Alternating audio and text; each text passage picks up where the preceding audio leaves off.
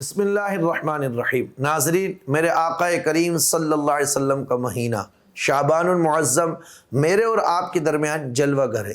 اس ماہ مقدس کی بڑی برکتیں ہیں، بڑی رحمتیں ہیں۔ اس ماہ مقدس کو پیارے مصطفیٰ صلی اللہ علیہ وسلم نے اپنا مہینہ قرار دیا۔ حضور نے فرمایا، رجب اللہ کا مہینہ ہے، شعبان میرا مہینہ ہے اور رمضان میری امت کا مہینہ ہے۔ شعبان کا مہینہ رسول اللہ کا مہینہ ہے، یعنی اس مہینے میں مغفرت بہت زیادہ لوگوں کی ہوتی ہے، اللہ کی رحمت چھما چھم برستی ہے، نیکیوں کے دروازے کھول دیے جاتے ہیں۔ صحابہ کرام کا طرز عمل رہا ہے، صحابہ کرام نیکیوں کے معاملے میں آگے بڑھ جانے کی، سبقت لے جانے کی جد و جہد میں رہتے تھے۔ پورے شعبان کے مہینے میں صحابہ کرام توبہ، استغفار، نوافل کی کثرت اور صدقہ و خیرات اور زکوٰۃ کی ادائیگی کا معاملہ کرتے تھے، تاکہ رمضان کی آمد سے پہلے اپنے آپ کو ان تمام حقوق العباد سے آزاد کر لے اور اپنے آپ کو اللہ کے لیے وقف کر دے۔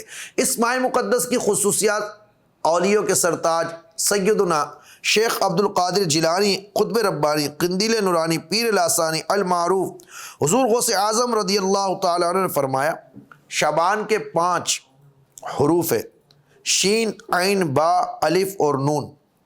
آپ فرماتے ہیں اس میں شین سے مراد شرف یعنی بزرگی، عین سے مراد علو یعنی بلندی ہے، اور بے سے مراد بر یعنی احسان ہے و بھلائی ہے، اور الف سے مراد الفت اور نون سے مراد نور ہے۔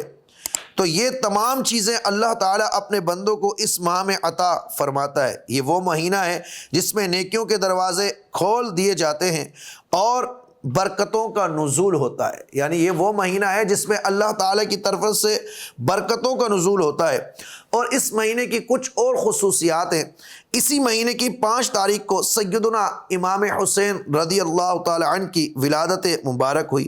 اسی مہینے کی 15ویں تاریخ کو شب براءت لیلۃ المبارکہ یعنی نجات کی رات ہے، جس میں امت مسلمہ کے بہت افراد کی مغفرت ہوتی ہے۔ اسی مہینے کی 16ویں تاریخ کو تحویل قبلہ کا حکم نازل ہوا، یعنی پہلے مسلمانوں کا قبلہ بیت المقدس تھا، پھر پیارے مصطفیٰ صلی اللہ علیہ وسلم کی چاہت کو رب العالمین نے قبول فرماتے ہوئے خانہ کعبہ کو مسلمانوں کا قبلہ بنا دیا، اور آج تک مسلمان خانہ کعبہ کی طرف رخ کر کے نماز پڑھتے ہیں اور قیامت تک پڑھتے رہیں گے۔